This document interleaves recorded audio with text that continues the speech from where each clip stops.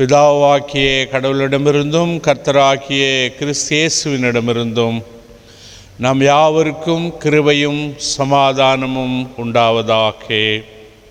நாம் யாவரும் இணைந்து கிறிஸ்துவ கீர்த்தனையில் 98வது பாடல், ஆவியை மழை போல ஊற்றும் பல ஆடுகளை இயேசு மந்தையர் கூட்டும் என்கிற கீர்த்தனையை பாடி கடவுளை நாம் தொழுது கொள்வோம்.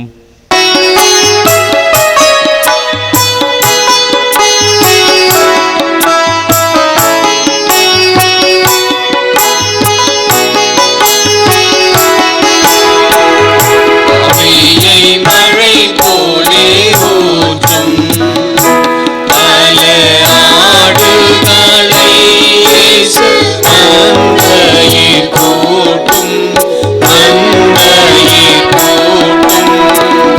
ஆவியை மழை போலே ஊற்றும் பவித்ரா ஜீவனை வீட்ட கிரசே பவித்ரா ஜீவனை வீட்ட கிரசே பரிசுனி பேசி இறங்கிட செய்யும் ஆவியை மழை போலே ஊற்றும்.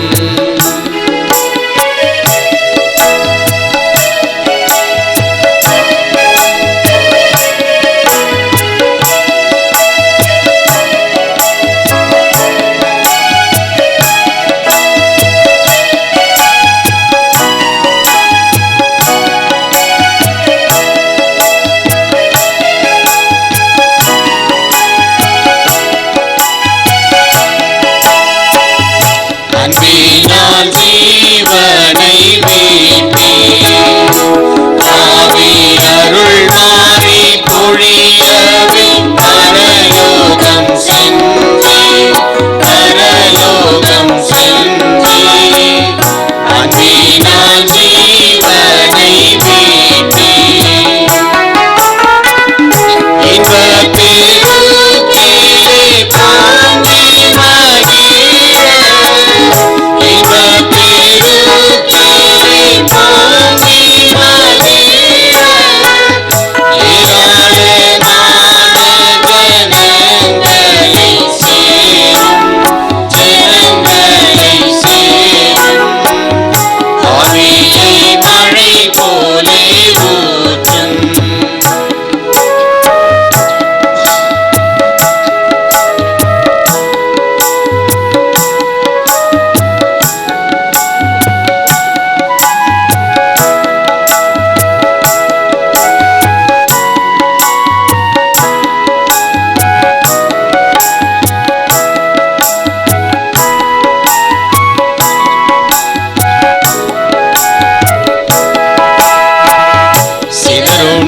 சிதறுண்டலைகிற ஆட்டி பின்னும் தேடி பிடித்து தூக்கி சுமந்து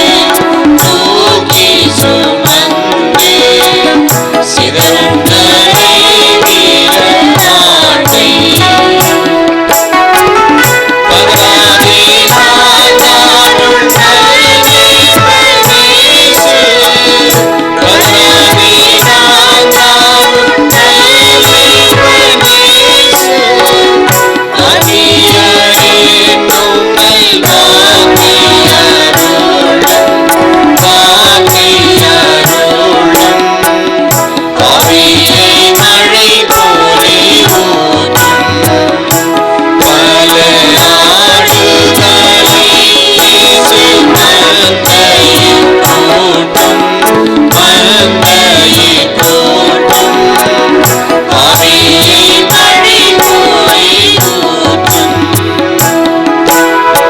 நாம் கடவுளை ஆண்டவருடைய பிரசன்னத்திற்காக சற்று நேரம் அமைதியாக காத்திருந்து அவரை நாம் வணங்குவோம். கடவுள் ஆவியாயிருக்கிறார். அவரை தொழுது கொள்கிறவர்கள் ஆவியோடும் உண்மையோடும் அவரை தொழுது கொள்ள வேண்டும். இது கர்த்தர் உண்டு பண்ணின நாள். இதிலே களி கூர்ந்து மகிழக் கடவோம். ஜெபிப்போம். எங்கள் தந்தையாம் கடவுளே, உமது வல்லமையினாலும் ஞானத்தினாலும் எல்லாவற்றையும் படைத்து உமது குமாரன் எங்கள் இரட்சகராக தரும்படி உலகத்தில் அன்பு கூர்ந்தரே உம்மை போற்றுகிறோம். குமாரனாம் கடவுளே, பாவத்தை தவிர்த்து எல்லாவற்றிலும் எங்களைப் போல் மனிதனாக்கி எங்கள் பாவங்களுக்காக ஒப்பு கொடுக்கப்பட்டு எங்கள் நீதிக்காக உயிர்த்தெழும்பியவரே உம்மை போற்றுகிறோம். பரிசுத்த ஆவியானவராகிய கடவுளே, எல்லா உண்மைக்குள்ளும் எங்களை வழிநடத்தி கடவுளின் அன்பை எங்கள் நெஞ்சில் பொழிகிறவரே உம்மை போற்றுகிறோம். பிதா, குமாரன், பரிசுத்த ஆவியாகிய கடவுளே, உமக்கே எக்காலமும் எல்லா புகழும் மகிமையும் உண்டாவதாக. ஆமென். நம்முடைய பாவங்களை மனத்தாழ்மையாய் ஆண்டவருடைய சமூகத்திலே அறிக்கை செய்வோம். நமக்கு பாவமில்லை என்போமானால் நம்மை நாமே வஞ்சிக்கிறவர்களாவோம்.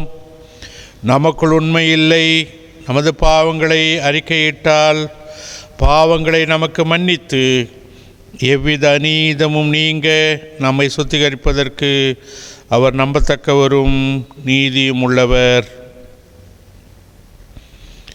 நமது பலவீனங்களுக்காக பரிதவிக்க முடியாத பிரதான ஆசாரியர் நமக்கு இராமல் எல்லா விதத்திலும் நம்மை போல் சோதிக்கப்பட்டு பாவமில்லாத பிரதான ஆசாரியரே நமக்கு இருக்கிறார். நாம் சர்வவல்லமுள்ள கடவுளத்தில் நமது பாவங்களை தாழ்மையோடு அறிக்கை செய்ய உதவியாக இரண்டாவது பொதுவான பாவரிக்கை ஜெபத்தை நாம் சேர்ந்து ஏறெடுப்போம். எங்கள் தந்தையாம் கடவுளே, நினைவினாலும் வார்த்தையினாலும் செய்கையினாலும் உமக்கு விரோதமாய் பாவம் செய்திருக்கிறோம். முழு மனதோடு நாங்கள் உம்மை நேசிக்கவில்லை. எங்களிடத்தில் நாங்கள் அன்பு கூறுவது போல் பிறர் மேல் அன்பு கூறவில்லை. எங்கள் மேல் இரக்கமாயிருக்க உம்மை வேண்டிக் கொள்கிறோம். எங்கள் பாவ அழுக்கை நீக்கி எங்களை சுத்திகரியும். எங்கள் குற்றங்களை விட்டுவிட எங்களுக்கு உதவி புரியும். எங்கள் ஆண்டவர் இயேசு கிறிஸ்துவின் மூலம் வேண்டிக் கொள்கிறோம் பிதாவே. ஆமென். சர்வ வல்லமையும் மிகுந்த இரக்கமுள்ள ஆண்டவர் மன்னிப்பையும் பாவ நிவர்த்தியும் நமக்கு கட்டளையிட்டருளி வாழ்க்கையை சீர்படுத்துவதற்கான காலத்தையும் தமது பரிசுத்தாவின் கிருபையும் தேற்றலும் தந்தருள்வாராக. ஆமென். ஆண்டவரை துதியுங்கள். ஆண்டவர் நாமம் துதிக்கப்படுவதாக. இந்த நாளுக்குரிய திருமறை பாடம் வாசிக்க கேட்போம். வாசிக்க வேண்டிய வேத பாடம் சங்கீதங்களின் புஸ்தகம் 12ஆம் அதிகாரம் வசனங்கள் 1 துவங்கி கடைசி வரை வாசிக்க கேட்போம்.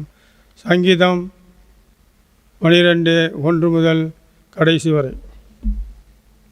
இரட்சியம் கர்த்தாவே, பக்தி உள்ளவன் அற்று போகிறான். உண்மையுள்ளவர்கள் மனுபுத்திரரில் குறைந்திருக்கிறார்கள்.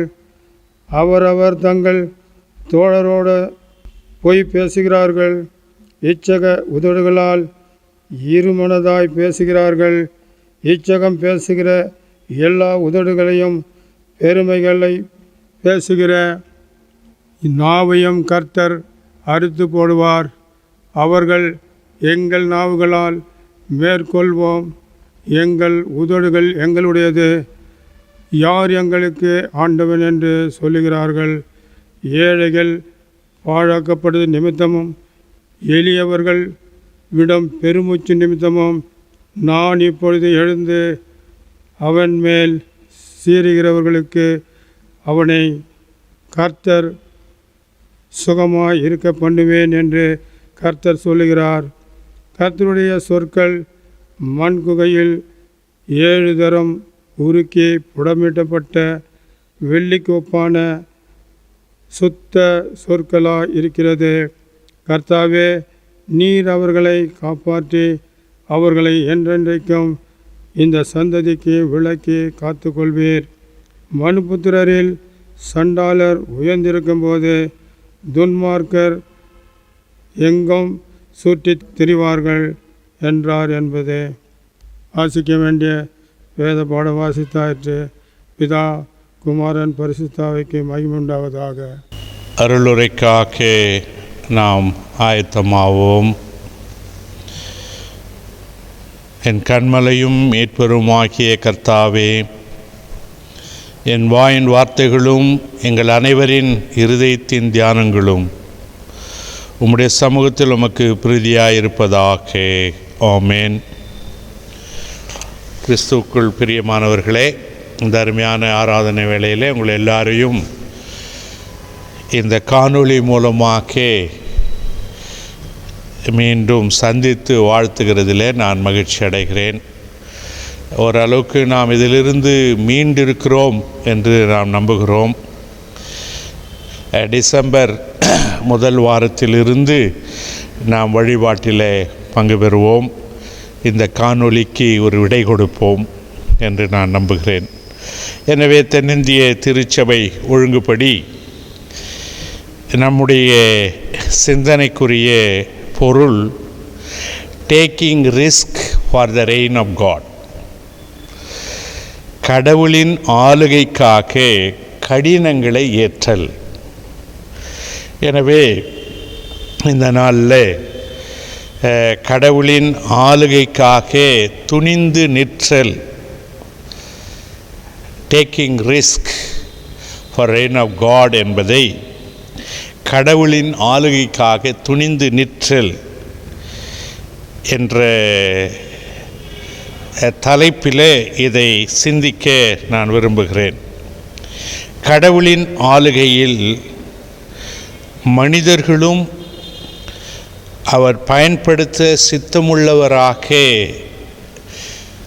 அன்றும் இன்றும் என்றும் இருக்கிறார் என்கிற செய்தியை உறுதியாக்க திருமறையிலிருந்தும் திருச்சபை வரலாற்றிலிருந்தும் உலக வரலாற்றிலிருந்தும் நாம் அதை புரிந்து கொள்ள முடியும்.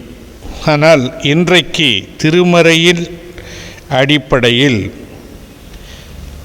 கடவுள் மனிதர்களை எப்படி கடவுளுடைய ஆளுகையிலே பயன்படுத்தியிருக்கிறார், கடவுளுடைய ஆளுகை என்பதை எப்படி உறுதிப்படுத்தியிருக்கிறார் என்பதை எஸ்தர் 8ஆம் அதிகாரத்தின் மூலமாகவும் பிலிப்பர் 2ஆம் அதிகாரத்தின் மூலமாகவும் நாம் சிந்திக்கலாம். அதே போல் இன்று நம்மை கடவுளின் ஆளுகை அமைய நாம் என்ன செய்ய வேண்டும், நம்முடைய சமூகத்தின் நிலை என்ன, இந்த சூழல் சார்ந்த சிந்தனைக்கு கிறிஸ்துவின் போதனை என்ன சொல்லுகிறது, அல்லது அதற்கான கற்பினை திருமறையினுடைய போதனை என்ன என்பதை சங்கீதம் 12 மூலமாகவும்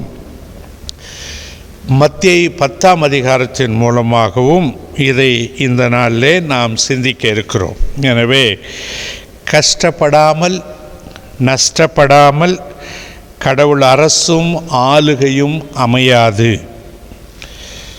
அப்படி கஷ்டப்படவும் நஷ்டப்படவும் கடவுள் ஆளுகையை கட்டி எழுப்பவும் கடவுள் நம்மை அழைக்கிறார் என்கிற திருமறை செய்தியை இந்த நாளிலே நாம் சிந்திப்போம்.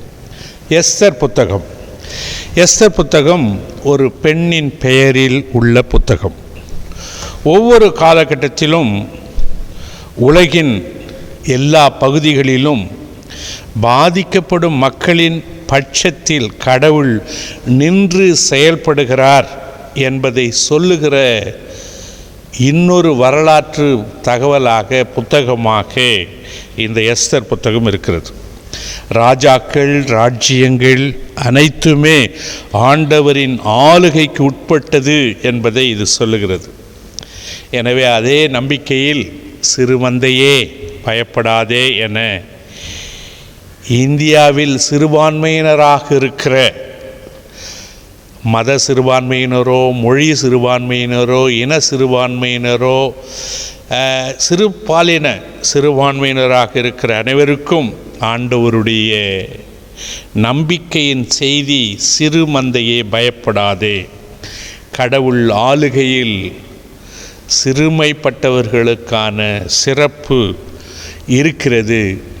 அவருடைய பிள்ளைகளாக இருக்கிற நாம் அனைவருக்கும் அதற்கான பொறுப்பு இருக்கிறது என்பது தான் taking risk for the reign of God. கடவுளுடைய ஆளுகை அமைய துன்புறுதலை ஏற்றல் என்கிற தலைப்பிலே நாம் சிந்திக்கிறோம். எனவே டேக்கிங் ரிஸ்க் என்பது துணிந்து நிமிர்ந்து நில், துணிந்து நிமிர்ந்து செல், துணிந்து நிமிர்ந்து சொல். எனவே நில், செல், சொல். இந்த செய்தியை கடவுள் மொர்தெகாய் எஸ்தர் ராணிக்கு உணர்த்துகிறதை இப்பகுதியில் நாம் உணர அழைக்கப்படுகிறோம். எஸ்தர் 1:1 இந்து தேசம் முதல் எத்தோப்பியா தேசம் வரை உள்ள 127 நாடுகளை அரசாண்ட அகஸ்வேரு ராஜாவின் காலத்தில் யூதர்களை அழிவு நின்று கடவுள் காத்தார். கடவுளின் ஆளுகை எக்காலத்துக்கும் உரியது. அதற்காக ஒவ்வொரு காலகட்டத்திலும் ஒவ்வொரு சூழலில் அவர் சிலரை எழுப்பி இருக்கிறார், எழுப்புகிறவராக இன்றும் இருக்கிறார். கடவுள் நம்மிடம் அவ்விதமான எழுப்புதலை அனுப்பும் பொழுது அது நாமாயிருந்தால், நீங்களாயிருந்தால், நீயாயிருந்தால் கடவுள் நம்மிடம் அவ்விதமான எழுப்புதலை ஏற்றுக்கொள்ள, கடவுள் ஆளுகைக்காக கடின பாடுகளை ஏற்க நாம் ஆயத்தமாக இருக்க வேண்டும் என்பது இதனுடைய செய்தி. எஸ்தர் 8ஆம் அதிகாரம் 5 பின்பகுதியில் ராஜாவின் நாடுகளிலெல்லாம், அந்த 127 நாடுகளிலெல்லாம் இருக்கிற யூதரை அழிக்க வேண்டும் என்று ஆமான் எழுதின கட்டளைகளை செல்லாமற் போகும் பண்ணும்படி எழுதி அனுப்ப வேண்டும் என்று எஸ்தர் ராணி ராஜாவினிடத்தில் கோரிக்கை வைக்கிறார். நமக்கு நான் தெரிந்தவர்களிடத்தில் பேசுகிறேன் என்பதினால் என்ன நடந்தது என்று சொல்லாமல் இப்பகுதி என்ன சொல்லுகிறது என்று மாற்றும் சொல்லுகிறேன். என்னுடைய புரிதல் அதற்கு எஸ்தர் ராணியுடைய வாழ்வும் வரலாறும் அரசமைந்த காலமும் சூழலும் இதற்கான தேவையும் நாம் தெரிந்தவர்களிடத்தில் பேசுகிறேன் என்று நான் taken granted that based on that basic thing I am building up என்பது. எனவே அந்த அடிப்படையில் 6வது வசனம் இந்த ஆமான் சொன்னதை மாற்றி எழுத வேண்டும் என்று 5ஆம் வசனத்தினுடைய பிற்பகுதியிலே எஸ்தர் ராணி ராஜாவினிடத்திலே கோரிக்கை வைக்கிறார். அதற்கு அவர் எடுத்த பிரயாசங்கள், முயற்சிகள், அந்த ஊக்கத்தை கொடுத்த மொர்தெகாயினுடைய முயற்சிகள், இருவரும் இணைந்து உபவாசித்து ஜெபித்து ராஜாவை சந்தித்த முறைகள், அதற்கு பிறகு நடக்கிற நிகழ்வு தான் ராஜாவினிடத்தில் இதை சொல்லுகிற முறைகள். அப்போது எஸ்தர் ராணி சொல்கிறாங்க, ஒரு அநீதியை எதிர்த்த குரல் இந்த பெண்ணுக்கு எங்கிருந்து வந்தது? உபவாசித்து ஜெபித்து கடவுளிடத்தில் இந்த ஆவியின் அனலை பெற்றதினால் வந்தது. அப்போ தான் சொல்கிறா, என் ஜனத்தின் மேல் வரும் பொல்லாப்பை நான் எப்படி பார்க்கக்கூடும்? என் குலத்துக்கு வரும் அழிவை நான் எப்படி சகிக்கக்கூடும்? இந்த தைரியம் சாதாரண எஸ்தருக்கு வர்றதுக்கு வாய்ப்பில்லை, மகாராணி எஸ்தருக்கே வர்றதுக்கு வாய்ப்பில்லை. கடவுளுடைய ஆவியையும் அனலையும் அருளையும் ஞானத்தையும் அதனுடைய தைரியத்தையும் பெற்றதினால் வந்தது என்பதுதான். நம்மை நாம் ஒப்பு கொடுக்கிற பொழுது இவைகளையெல்லாம் அவர் கொடுக்கிறார். நாம் அநீதியை எதிர்த்து குரல் கொடுக்க முடியும் என்பது. எனவே எஸ்தர் பெண் என்ற முறையிலும் சிறுபான்மையை சார்ந்தவர் என்ற முறையிலும் ஒடுக்கப்பட்டோர், நசுக்கப்பட்டோர், ஏழைகள், பெண்கள் போன்றோர் சார்பாக தம்முடைய திறமைகளையும் ஆற்றல்களையும் பயன்படுத்தி பிறருக்காக போராடும் மக்களின் பிரதிநிதியாக இங்கே அவர் நிற்கிறார். இத்தகையோருக்கு முன்மாதிரியாக எஸ்தர் இங்கே உயர்ந்து நிற்பதை இவ்வசனத்தில் நாம் காண முடிகிறது. எனவே என் ஜனத்தின் மேல் வரும் பொல்லாப்பை நான் எப்படி பார்க்கக்கூடும்? என் குலத்துக்கு வரும் வழிவை நான் எப்படி சகிக்கக்கூடும்? இந்த வசனத்தை நான் வாசித்து இந்த சூழலை, இன்றைக்கி இருக்கிற தமிழக சூழலை, இப்படி ஒரு குரல் தமிழகம் முழுவதும் எங்கே ஓங்கி கொண்டிருக்கிறது, என்ன குரல் அது என்று பார்த்தால் அது ஒரு சிறுத்தையின் குரலாக, தொல் திருமாவளவனுடைய குரலாக அது இருக்கிறது. எனவே என் ஜனத்தின் மேல் வரும் பொல்லாப்பை நான் எப்படி பார்க்கக்கூடும்? என் குலத்துக்கு வரும் அழிவை நான் எப்படி சகிக்கக்கூடும் என்ற அநீதியை எதிர்க்கிற குரலை ஆண்டவர் இன்று எழுப்ப விரும்பினால், அந்த குரலாக நீங்கள் இருக்க விரும்பினால், கடவுள் அதற்குரிய ஆற்றலை அருளுகிறவராக இருக்கிறார். அப்படிதான் நம்முடைய மிஷனரிமார்கள் நம் மத்தியிலே வந்து வாழ்ந்து உருவாக்கியிருக்கிறார்கள், நமக்கு உரிமைகளை பெற்றுக் கொடுத்திருக்கிறார்கள் என்று கடவுளுக்கு நாம் நன்றி செலுத்துகிறோம். இந்த எஸ்தர் புத்தகம் இப்பகுதியினுடைய அடிப்படை செய்தி என்ன? பெரும்பான்மையோர் சிறுபான்மையினரை அழிக்கக்கூடாது என்று ஆண்டவர் விரும்புகிறார், அதை தடுக்கிறார். யூதருக்கும் பிற இனத்தாருக்கும் இடையே நல்ல ஒத்துழைப்பை எஸ்தர் மூலம் ஏற்படுத்துகிறார். எஸ்தர் மூலம் ஏற்படுகிறது. யூதர்களை அந்த எத்தோப்பிய தேசத்து மக்களும் அந்த இந்து தேசத்து மக்களும் 127 நாடுகளும் ஏற்றுக்கொண்டார்கள். இந்த நல்லிணக்கத்தை நாம் ஏற்படுத்த கடவுள் நம்மை அழைக்கிறார்.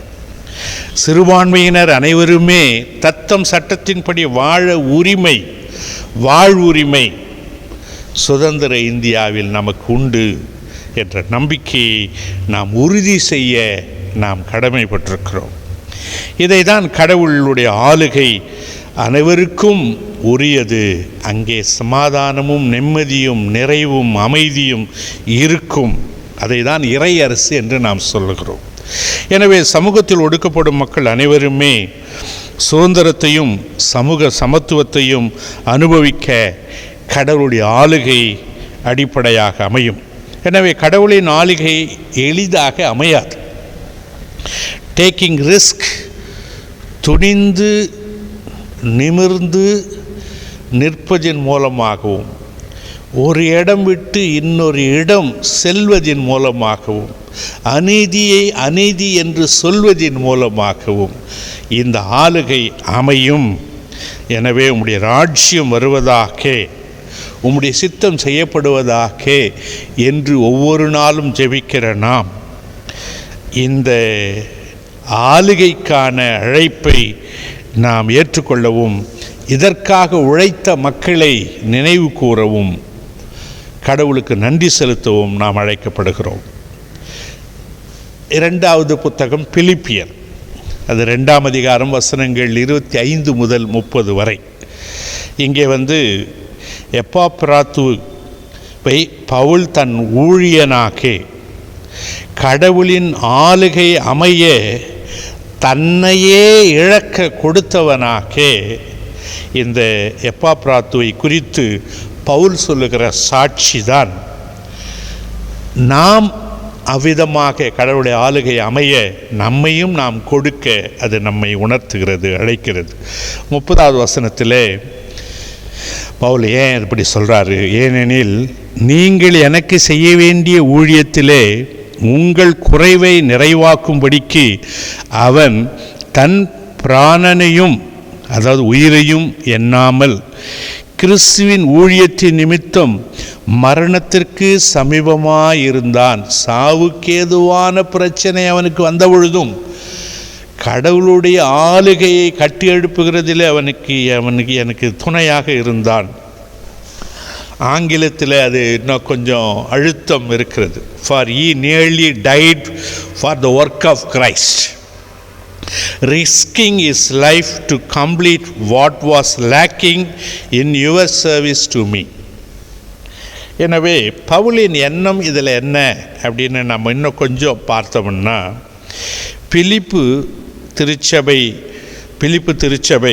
ஒற்றுமையிலும் தோழமையிலும் சிறந்து விளங்க வேண்டும் என்பது பவுலின் எண்ணமாக இருந்தது. அதற்கு இந்த எப்பாப்ராத்துவையே அவர்கள் இவருக்கு கொடுத்த உதவியாளர், அவர்கள் பிலிப்பு திருச்சபையார் பவுலுக்கு கொடுத்த ஒரு மிஷனரி.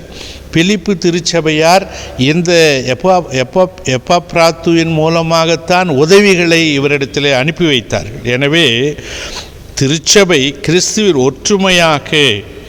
ஒற்றுமைக்கான ஒரு அடையாளமாக அது அமைய வேண்டும் என்பது பவுலுடைய நம்பிக்கையாக இருந்தது, எதிர்பார்ப்பாக இருந்தது, நோக்கமாக இருந்தது. அன்பு செயல்கள் வழியாக ஊழியத்தின் உடன் சகோதரர்களை இவர்கள் ஆதரிக்கிறவர்களாக இருக்கிறார்கள்.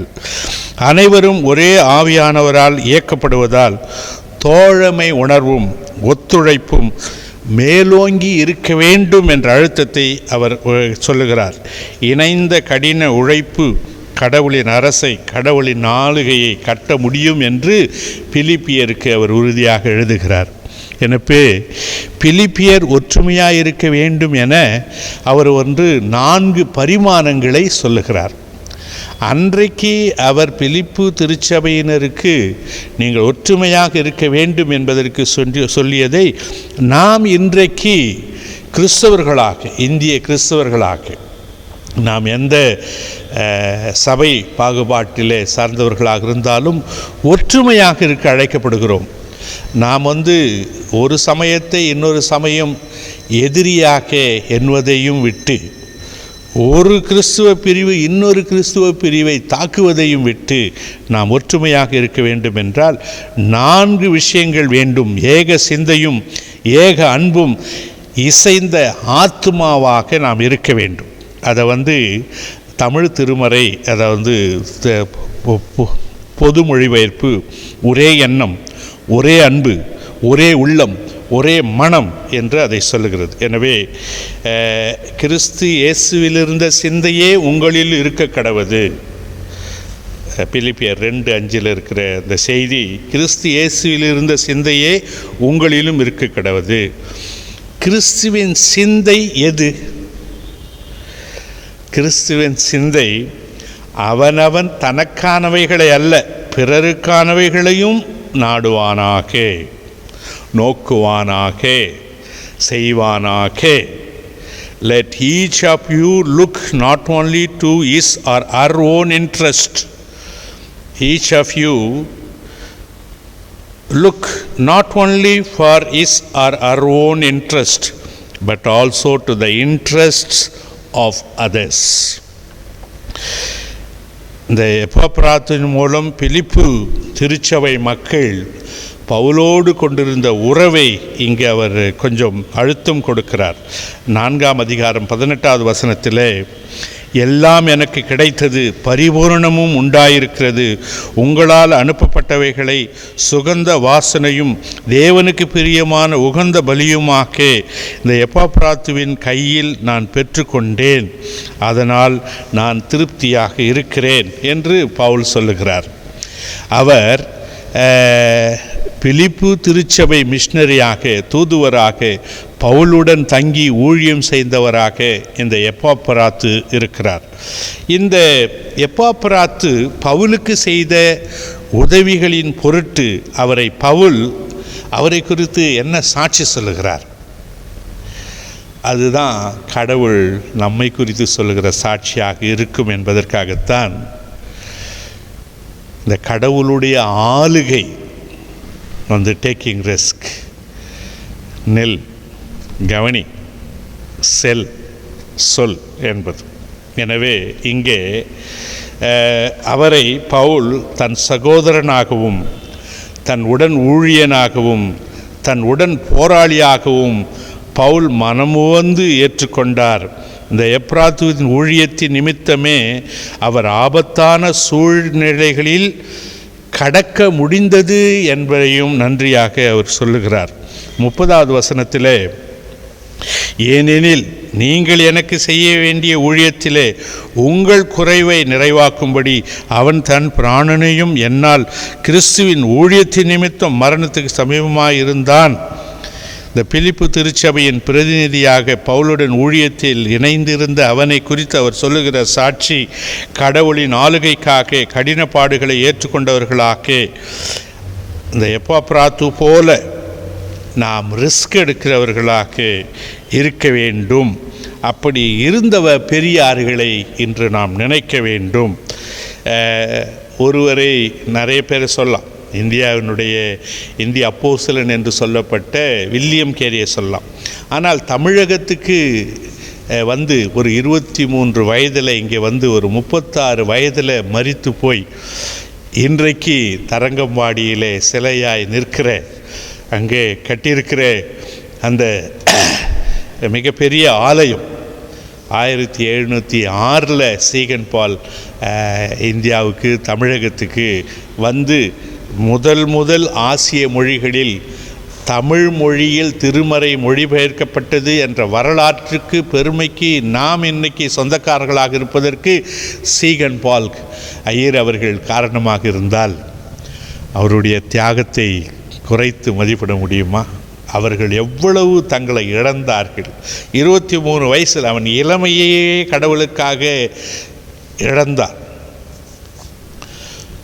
இங்கே வந்து உணவு கிடையாது, சூழ்நிலை சரி கிடையாது, படிக்கிறதற்கு ஆசிரியருக்கு கொடுப்பதற்கு காசு கிடையாது, மணலிலே தரையிலே உட்கார்ந்து தமிழ் எழுத பழகி தமிழ் திருமறையை மொழிபெயர்த்து புதிய ஏற்பாட்டை மொழிபெயர்ப்பு செய்து தந்த இந்த மகான் சீகன் பால் அவங்க எவ்வளோ பெரிய தியாகங்களை செய்திருக்கிறார்கள்.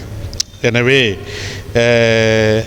நான் இன்னொரு ஆளை சொல்லணும் அப்படின்னு சொன்னால், அதுவும் வெள்ளூர்லேருந்து சொல்லணும் அப்படின்னு சொன்னால், இந்த கிறிஸ்து குல ஆசிரமத்தை இந்தியா முழுவதும் சுற்றி பார்த்து இந்த இடத்தை தெரிவு செய்த ஒரு மேல் படிப்புக்காக, மருத்துவ மேல் படிப்புக்காக இங்கிலாந்து போய் அங்கே நண்பரையும் மனமாற்றி 2 பேரும் ஒரு துறவற வாழ்வை இந்தியாவில் ஏற்று ஒரு ஆசிரமத்தை உருவாக்கி திருமணம் இல்லாமல் இந்த ப்ராட்டஸ்டன்ட் சர்ச் ஒரு பிரதர்வுட்டை ப்ரமோட் பண்ணுறதுக்கு பெரியண்ணன் சின்னண்ணன் சௌரிராயன் ஏசுதாசன் அவங்களுடைய தியாகத்தை நாம் இங்கே நிச்சயமாக நினைவு கூற முடியும். சங்கீதம் 12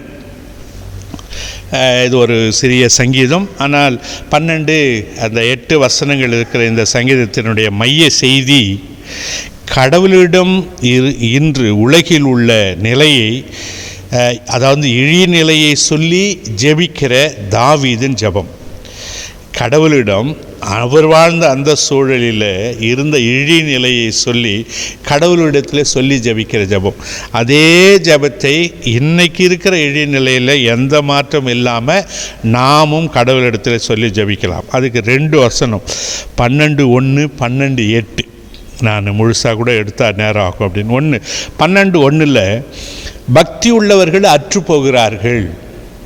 அது உலகம் முழுமைக்கும் பொதுவாக இருக்குது. என்ன விடுங்க, படிச்சுட்டா உத்தியோகம் வருது, உத்தியோகம் வந்தால் பணம் வருது, பணம் வந்தால் எல்லாம் வருது. என்னத்துக்கு ஏசாமி, என்னத்துக்கு கோயில், என்னத்துக்கு சபை, என்னத்துக்கு ஃபெலோஷிப்பு, என்னத்துக்கு ஸ்பிரிட்டு? பக்தி உள்ளவர்கள் அற்று போகிறார்கள். மனிதரில் உண்மை பேசுகிறவர்கள் குறைந்து கொண்டே போகிறார்கள். மனிதரில் உண்மை பேசுகிறவர்கள் குறைந்து கொண்டே போகிறார்கள். 8வது வசனத்தில் மனிதரில் சண்டாளர் உயர்ந்த நிலையில் இருக்கிறார்கள்.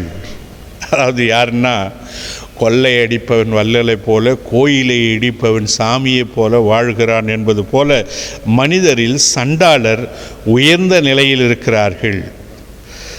துன்மார்க்கர் எங்கும் சுற்றி திரிகிறார்கள். துன்மார்க்கர் அவலட்சணமானவங்க தான் பெரிய மனுஷனாக இருக்கிறாங்க.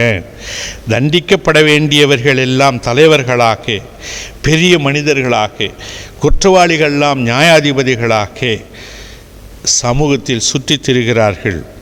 அதாவது நிரபராதிகள் பலர் சிறையிலும் குற்றவாளிகளில் பலர் வெளியிலும் திரிகிறார்கள். இதுதான் சமூக இழி நிலையாக இன்று இருக்கிறது. இந்த 5வது வசனத்தில் ஆனால் ஆண்டவராகிய நீரோ கடவுள் என்ன செய்து கொண்டிருக்கிறார் இந்த மாதிரி சமூகத்தில்னா தாவீது சொல்கிறான், ஏழைகள் பாழாக்கப்பட்டது நிமித்தமும் எளியவர்கள் விடும் பெருமூச்சு நிமித்தமும் நான் இப்பொழுது எழுந்து அவன் மேல் சீறுகிறவர்களை அவனை காத்து சுகமாயிருக்க பண்ணுவேன் என்று கர்த்தர் சொல்லுகிறார். கடவுள் அடைக்கலம் கொடுக்கிறார். ஆனால் இது கொடுக்கிற அழைப்பு ஒரு செய்தி இருக்குது. என்ன செய்தி அப்படின்னா, அடிக்கிறவனுக்கு, அடி வாங்குகிறவனுக்கு, அழுகிறவனுக்கு ஆறுதல் சொல்லுகிறவராக திருச்சபை போதனை இருக்கிறது, கிறிஸ்துவ நெறி இருக்கிறது. ஆனால் அடிக்கிறவனை ஏன் அடிக்கிறாய் என்று கேட்கிறதாக கிறிஸ்துவ நெறியோ கிறிஸ்துவ போதனையோ இல்லை. அழுகிறவனுக்கு ஆறுதல் சொல்லுகிறதோடு நம்முடைய ஊழியம் பணி முடிவடையவில்லை. அப்படி முடிவடைந்தால் ஆண்டவருடைய ஆளுகை இன்னும் வரவில்லை. ஆண்டவருடைய ஆளுகையில் அடிக்கிறவனுக்கு, அடி வாங்கினவனுக்கு ஆறுதல் சொல்ல வேண்டும். அடிக்கிறவனை ஏன் அடிக்கிறாய் என்று குரல் எழுப்ப வேண்டும். நீதியை நிலவ வேண்டும். அப்படிதான் சமாதானம் நிலையானதாக இருக்கும். எனவே அந்த தாவீதின் காலத்தில் அன்றைய சமூகத்தில் தலைவிரித்தாடிய அனைத்தும் இன்றைய நாம் வாழும் சமூகத்திலும் உள்ளதால் சங்கீதம் 12 கடவுளின் குரலாகவும் குரலற்றவர்களின் குரலாகவும் இருக்கிறது.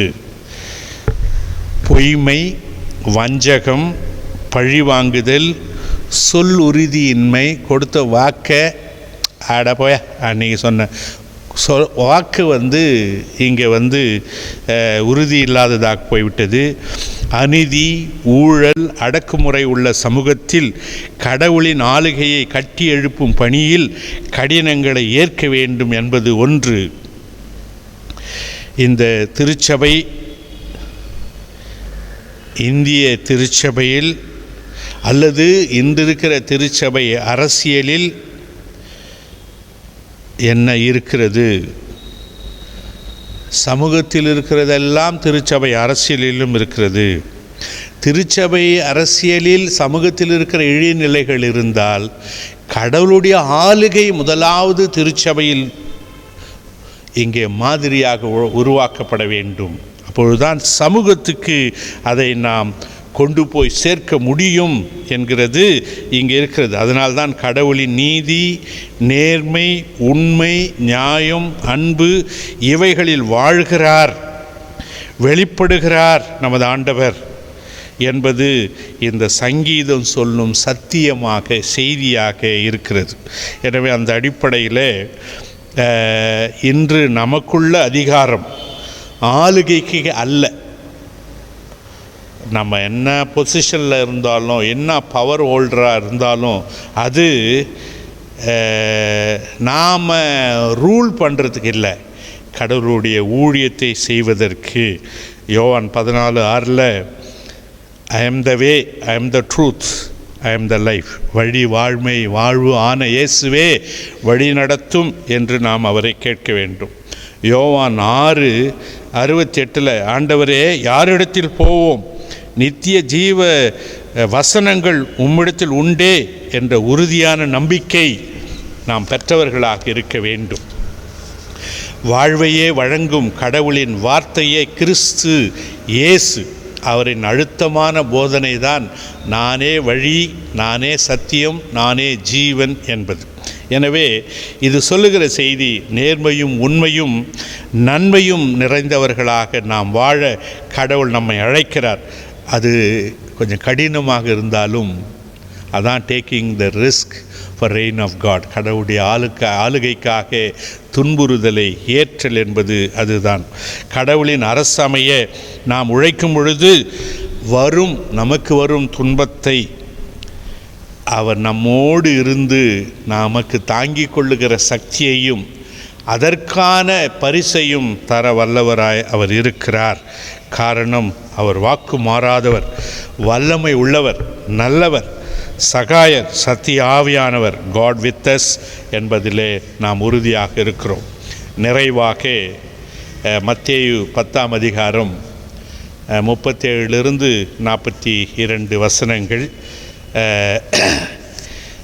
10ஆம் அதிகாரம் மத்தேயு 10ஆம் அதிகாரத்தினுடைய சிறப்புகளின் சிறப்பே கடவுளின் ஆளுகைக்காக கடினங்களை ஏற்றுக்கொள்ளுதல் என்பதை ஒரு 12 சீடர்களை இயேசு தெரிவு செய்து அவர்கள் என்ன செய்ய வேண்டும் என்று போதித்ததை கடவுளுடைய ஆளுகை இங்கே அமைய நமக்கான போதனையாக இருக்கிறது என்கிற அடிப்படையிலே taking risk for reign of God என்கிற தலைப்பு கடவுளுடைய ஆளுகைக்காக கடினங்களை ஏற்றல் என்கிற பொருளில் நம்மை ஒப்பு கொடுக்க அதை அழைக்கிறது. முதல் வசனம் 10ஆம் அதிகாரம் முதல் வசனத்தில் கடவுள் ஒரு அதிகாரம் அவர்களுக்கு கொடுக்கிறார். சகல ஆவிகளை துரத்தவும், அந்த 12 சீடர்களை தெரிவு செய்து அவர்களுக்கு கொடுக்கிறார். சகல ஆவிகளை துரத்தவும், சகல வியாதிகளை குணமாக்கவும், சகல நோய்களையும் நீக்கவும் அவர்களுக்கு அதிகாரம் கொடுத்தார். இந்த ஆவிகளை துரத்துறது என்ன, வியாதிகளை குணமாக்கிறது என்ன, நோய்களை நீக்கிறது என்ன, அதுக்கான அதிகாரம் என்னங்கிறது நான் உங்களுடைய விளக்கத்தை விடுகிறேன். இது இன்னொரு பிரசங்கத்துக்குரிய தலைப்புகள். ஆனால் இந்த அதிகாரம் மத்தேயுக்கே உரிய ஒரு அழுத்தமாக இயேசு அதிகாரம் உள்ளவராக அதை நம்மிடத்தில் கொடுக்கிறவராக இருக்கிறார். அந்த அதிகாரத்தை எல்லாம் அவர் பிறருக்கான வாழ்வை, தன்னுடைய வாழ்வை இழந்து அது பிறர் கொடுக்கிறதாக அவர் இருக்கிறார். அதை தான் மத்தேயு 28:18 வானத்திலும் பூமியிலும் சகல அதிகாரமும் எனக்கு கொடுக்கப்பட்டிருக்கிறது. வானத்திலும் பூமியிலும், வானத்திலும் சரி பூமியிலும் சரி எல்லா அதிகாரமும் எனக்கு கொடுக்கப்பட்டிருக்கிறது. எனவே நான் உங்களோடு கூட இருக்கிறேன், நீங்கள் புறப்பட்டு போங்கள் என்பது தான் மத்தேயு 28:18-19 சொல்லுகிற செய்தி. எனவே இயேசுவின் அதிகாரம் அடுத்தவரை அடக்கி ஆள அல்ல, அன்பு செய்ய, நன்மை செய்ய, சுவிசேஷ பணி செய்ய, பிறருக்கு தேவையில் உதவி செய்ய அதிகாரம் நமக்கு அளிக்கப்பட்டிருக்கிறது. இங்கே இந்த பகுதியில் இன்றைக்கு யார் இந்த 12 அப்போஸ்தலர்கள், அந்த பேரையாவது நாம் இந்த அருளுரையில் உச்சரிக்கணும். நாங்கள் கன்ஃபர்மேஷன் கிளாஸில் வி ட்ரை ஸ்டூடெண்ட்ஸ் இதை மெமரைஸ் பண்ணணும் அப்படின்னு சொல்கிற ஆவியின் கனிகளை மெமரைஸ் பண்ணுங்கள், 10 கற்பனைகளை மெமரைஸ் பண்ணுங்கள், இது அப்போஸ்தல விசுவாச பிரமாணம், நிசய விசுவாச பிரமாணம், பரமண்டல ஜபம், தோத்திர ஜபம், பாவரிக்க ஜபம், இதெல்லாம் மனப்பாடம் பண்ணுங்கன்றதில் இந்த அப்போஸ்தலர்கள் 12 பேரையும் சொல்லுவோம். எப்படி 66 புத்தகத்தையும் நினைவுபடுத்துகிறோமோ அந்த மாதிரி குறைஞ்சது 12 பேரையும். ஆனால் எவ்வளோ பிள்ளைகளுக்கு இது தெரியும் அப்படின்னு சொன்னால் கொஞ்சம் சங்கடம்தான். எனவே we are not taken it very seriously. We have to take it very seriously to equip our own children to strengthen this biblical knowledge. அதை நாம் எப்படி செய்ய போகிறோன்னு தெரியல. அந்த மாதிரி காரியங்களை மனசில் வச்சு தான் இந்த 12 பேரையும் இந்த அருளுரையில் உச்சரிக்கணும் அப்படின்னு யோசித்தேன். பேதுரு என்கிற சீமோன், அந்திரேயா பேதுருவின் சகோதரர், யாக்கோபு, யோவான் இவங்க செபதேவின் குமாரர்கள், பிலிப்பு, பர்த்தலமேயு, தோமா, ஆயக்காரனாகிய மத்தேயு, யாக்கோபு இந்த அல்பேயின் குமாரன், ததேயு எனப்பட்ட லெபேயு, கானானாகிய சீமோன், அவரை காட்டி கொடுத்த யூதாஸ் காரியாத். எனவே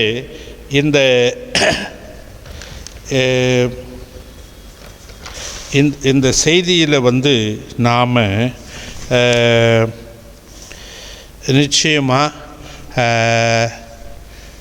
மத்தேயு இந்த பகுதியில் பேசுகிறதை நாம் விரிவாக பேசலாம். ஆனால் அது உணர்த்தக்கூடிய செய்தி என்ன அல்லது உண்மை என்ன, சத்தியம் என்ன என்பது அவைகளை காட்டில் ரொம்ப முக்கியமானதாக நான் நினைக்கிறேன்.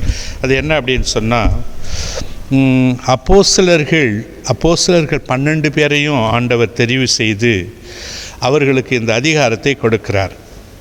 இந்த அப்போஸ்தலர்களுக்கான அறிவுரையையும் இந்த பகுதியில் அவர் கொடுக்கிறார். அப்படி நீங்கள் குணமாக்குங்கள், நீக்குங்கள் என்று அதிகாரத்தை கொடுத்தவர் அறிவுரையாக அவர்கள் சொல்வது, காணாமற் போன ஆடுகளாகிய இஸ்ரவேலரிடம் போங்கள். காணாமற் போன ஆடுகள், காணாமற் போன மகன், காணாமற் போன காசு. இன்று புதிய இஸ்ரவேலராக இருக்கிற நமக்கும் அது பொருந்துகிறது. மூன்றாவது, அவர்கள் பிரசங்கிக்க வேண்டிய செய்தி என்று ஒன்றை அவர் குறிப்பிட்டார். அது பரலோக ராஜ்யம் சமீபத்திருக்கிறது என்று பிரசங்கியுங்கள். கடவுளுடைய ஆளுகை உங்களிடத்தில் வந்திருக்கிறது என்று சொல்லுங்கள் என்று சொல்கிறார். அப்போ அவர்கள் செய்ய வேண்டியது என்று அவர் சொன்னது அதான், வியாதிகளை குணமாக்குங்கள், மரித்தவர்களை உயிரோடு எழுப்புங்கள். இந்த மரித்தவரை உயிரோடுனா செத்துட்டவங்க எல்லாரும் உயிரோடு எழுப்புறதில்லை.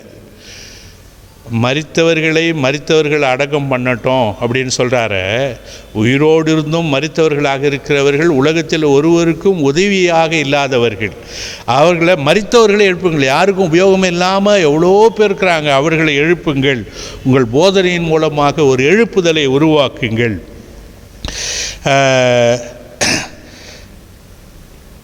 பிசாசுகளை துரத்துங்கள். ஊழியத்தின் பொருட்டு, அஞ்சாவது, ஊழியத்தின் பொருட்டும் ஊழியக்காரரின் பொருட்டும் துன்புற வேண்டும். ஊழியத்தின் நிமித்தமும் ஊழியக்காரர்களின் நிமித்தமும் துன்புற வேண்டும். இந்த கடினங்களை ஏற்க வேண்டும். இதுதான் டேக்கிங் ரிஸ்க். அது எப்படி அப்படின் பொழுது அவர் ஆடுகளை ஓநாய்கள் மத்தியில் அனுப்புகிறது போல நான் உங்களை அனுப்புகிறேன். It is not a lazy ordinary simple job. It is taking risk. Be an evangelist is a taking risk, but it is a blessing for many. மனுஷரை குறித்து எச்சரிக்கையாயிருங்கள் என்றும் அவர் சொல்கிறார். நான் மத்தேயுல 10ஆம் அதிகாரத்தில் சொல்கிறது மட்டும் சொல்கிறேன். நான் மனுஷரை குறித்து எச்சரிக்கையாயிருங்கள். அந்த ஆடுகளாக ஓநாய்கள் மத்தியில் நான் உங்களை அனுப்புகிறேன். நீங்கள் லிட்ரலாக ஓநாயை பார்த்து பயப்படணும்னு நினைக்காதீங்க.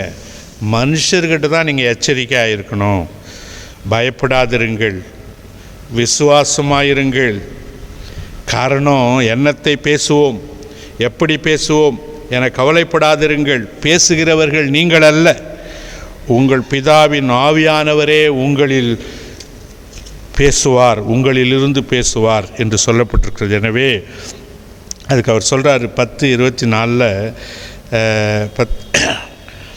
வீட்டு எஜமானையே பெயல் பூசல் என்று சொல்வார்களானால் அவன் வீட்டாரை அப்படி சொல்வது அதிக நிச்சயம் அல்லவா?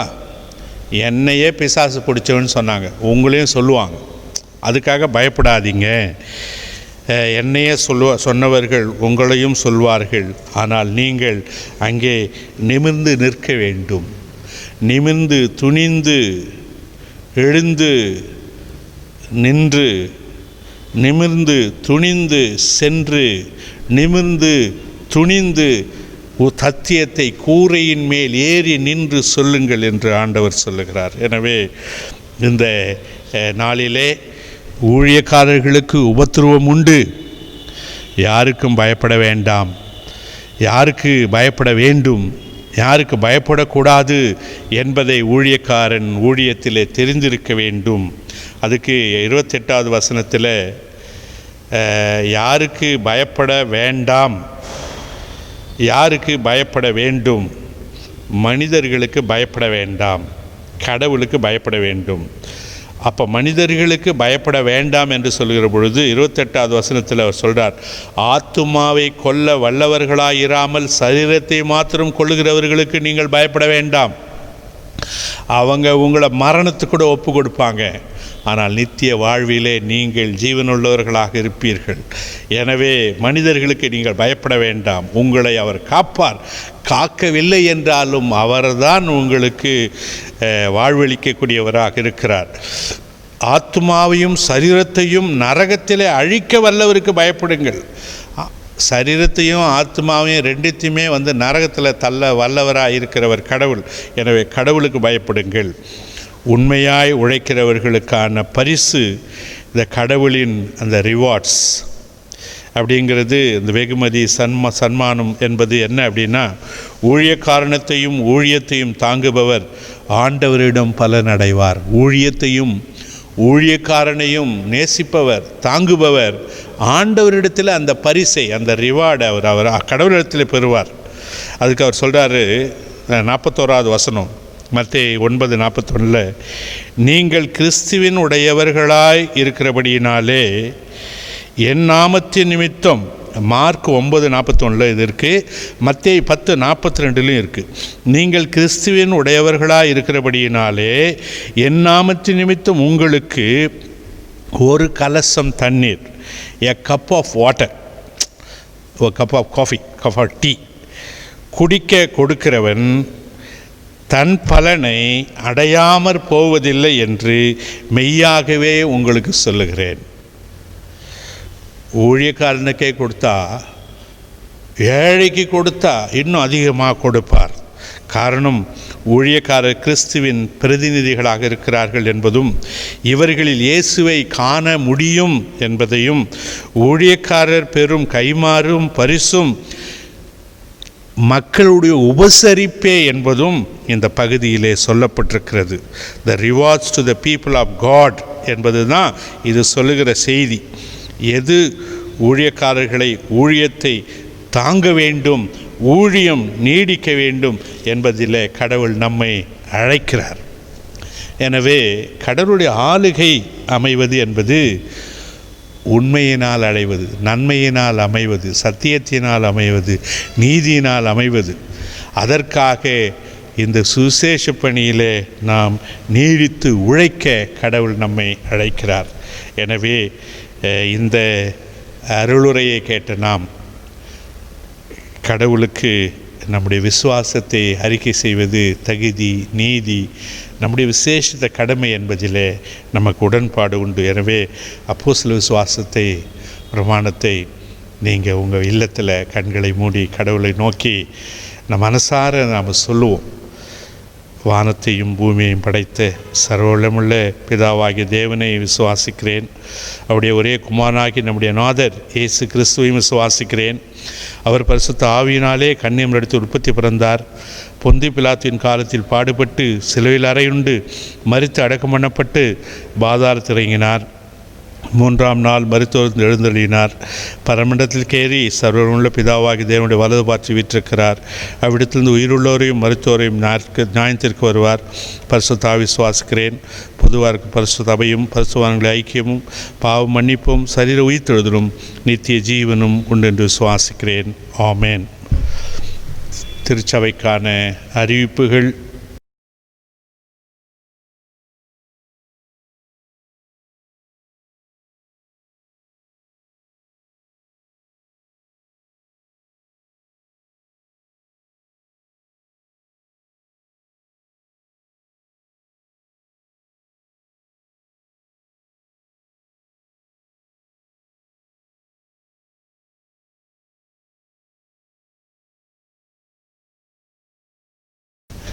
அடுத்த ஞாயிறு 29ஆம் தேதி நமக்கு கிறிஸ்மஸினுடைய ஃபஸ்ட் அட்வென்ட் சண்டே, கிறிஸ்மஸ் காலம் தொடங்குகிறது. எனவே டிசம்பர் 1ஆம் தேதி காலை 7:30 மணிக்கு நாம் கொடியேற்றி இதை நாம் தொடங்குகிறோம். நம்முடைய ஒருவேளை டிசம்பரிலிருந்து நம்முடைய உபவாச ஜெபத்தை ஒருவேளை நாம் நிறுத்தி வைக்கலாம். உபவாசம் இருந்து ஜெபிக்கிறவர்கள் தொடர்ந்து நாம் ஜெபிப்போம்.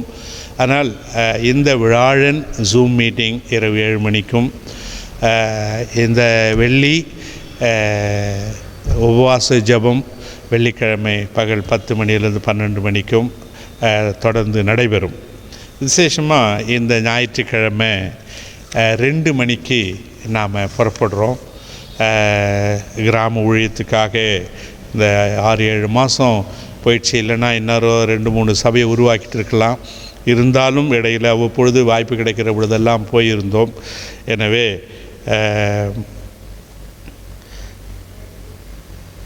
தலாரப்பள்ளி பெரம்பலூர் பக்கத்தில் புதிய ஏரியா பூத்தலப்பட்டிலிருந்து இன்னொரு புது மண்டலம் பெரம்பலூர் மண்டலம் நாம் இப்பொழுது அந்த இடத்துல ஊழியம் செய்ய துவங்கியிருக்கிறோம். அந்த இடத்துல ஒரு கிராமத்தில் 3 கிறிஸ்தவ குடும்பங்கள் இருக்கிறார்கள். அவங்க எங்கேயும் கோயில் கூட போகிறதில்ல. அவர்களை ஒருங்கிணைத்து ஒரு வீட்டில் இந்த ஞாயிற்றுக்கிழமை நம்ம மாலை 5 மணிக்கு அங்கே இந்த வழிபாட்டை நாம் துவங்கி வைக்கிறோம்.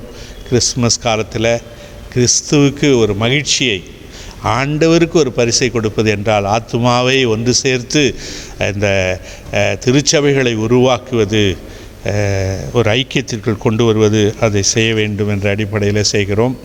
இந்த கிராம ஊழியத்திற்காக தொடர்ந்து நீங்கள் ஜெபிக்க வேண்டும். நமக்கு ஒரு கனவு இருக்கிறது. நிச்சயமாக இந்த திருச்சபையில் ஒரு 10 குடும்பங்களை அடையாளம் கண்டு ஒரு 5 குடும்பங்கள், ஒவ்வொரு குடும்பமும் ஒரு கிராமத்தில் ஒரு ஆலயத்தை கட்டி கொடுப்பது. ஒரு 5 லட்ச ரூபா, நம்ம ஒரு 50 லட்ச ரூபாயில் வீடு கட்டுற தந்தால் எவ்வளோ பிரயாசப்பட்டு என்ன பண்ணுறோம். சாமிக்கு கடவுள் உங்களை ஆசீர்வதிச்சிருந்தா உங்களுக்கு அந்த பொருளாதார வசதி இருக்குமானால் என் ஆண்டவருக்கென்று ஒரு சின்ன வீட்டை கட்டி கொடுங்க. ஒரு 5 லட்ச ரூபாயில் அந்த கிராமத்து மக்கள் இடத்தை கொடுப்பாங்க, நாம் ஒரு இடத்தை கட்டுவோம். கோயில் இல்லாத ஊரில் குடியிருக்க வேண்டாம் என்று சொன்ன நோக்கம் வேறு. ஆனால் இன்றைக்கு கிராமத்தில் கிறிஸ்தவர்களே இல்லாத கிராமத்தில் கூட ஒரு சர்ச்சை நம்ம கட்டணும்னு நினைக்கிறது. ஒரு நம்பிக்கையின் அடையாளமாக திருச்சபை இருக்கிறது. ஒரு நம்பிக்கையின் அடையாளமாக அங்கே போய் அங்கே விழுந்து ஜெபமெல்லாம் அப்படின்னு எந்த மதத்தை சார்ந்தவந்தாலும் கிறிஸ்தவ கோயிலுக்கு வந்து போகிறாங்க. கிறிஸ்தவர்கள் வேறு எந்த கோயிலுக்கும் போக மாட்டாங்க. ஆனால் எல்லாரும் கிறிஸ்தவ மதத்துக்கு கிறிஸ்தவ கோயிலுக்கு வருவாங்க. எனவே கோயில்களை கட்டுவோம், சபைகள் பின்னால் உருவாகட்டும், ஆண்டவரை நாம் அறிமுகப்படுத்துவோம். அங்கே ஒரு சின்ன கோயில் இருந்தால் அதுவே அந்த 24 மணி நேரம் சுவிசேஷத்தை அறிவிக்கிற பணியை அந்த ஆலயம் செய்கிறது என்று நான் நம்புகிறேன். அதான் என்னுடைய புதிய புரிதல், என்னுடைய அனுபவத்திலிருந்து இருக்கிற புரிதல். எனவே அதை நடைமுறைப்படுத்த ராட்சப்ப நினைவால மக்களை நீங்கள் செய்ய வேண்டும் என்று நினையுங்கள். ஆண்டவர் உங்களுக்கு அதுக்குரிய வாய்ப்பை அருளுவார். கண்களை மூடி கடவுளை நோக்கி நாம் ஜெபிப்போம். தாயும் தந்தையுமாக இருக்கிற அன்பின் கடவுளே, இந்த நாளுக்காக நன்றி.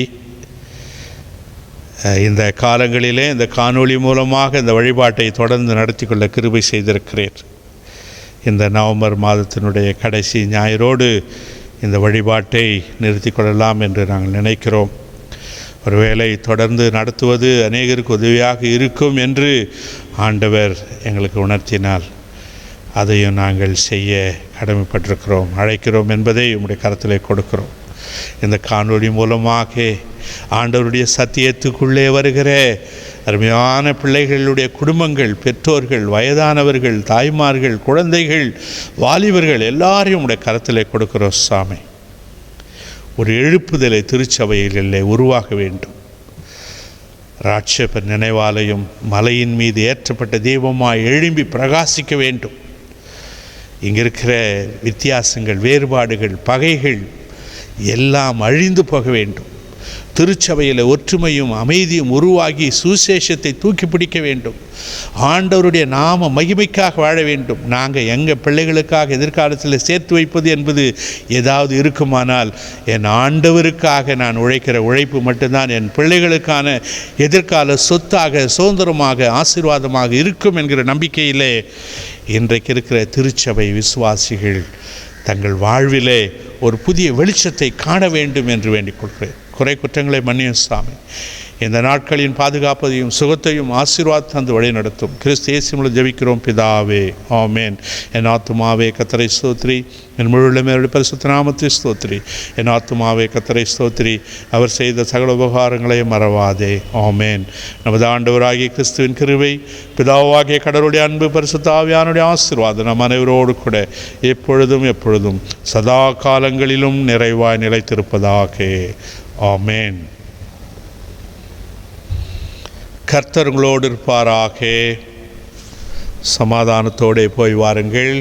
கர்த்தரின் நாமத்தினாலே, ஆமென். அனைவருக்கும் தோத்திரம்.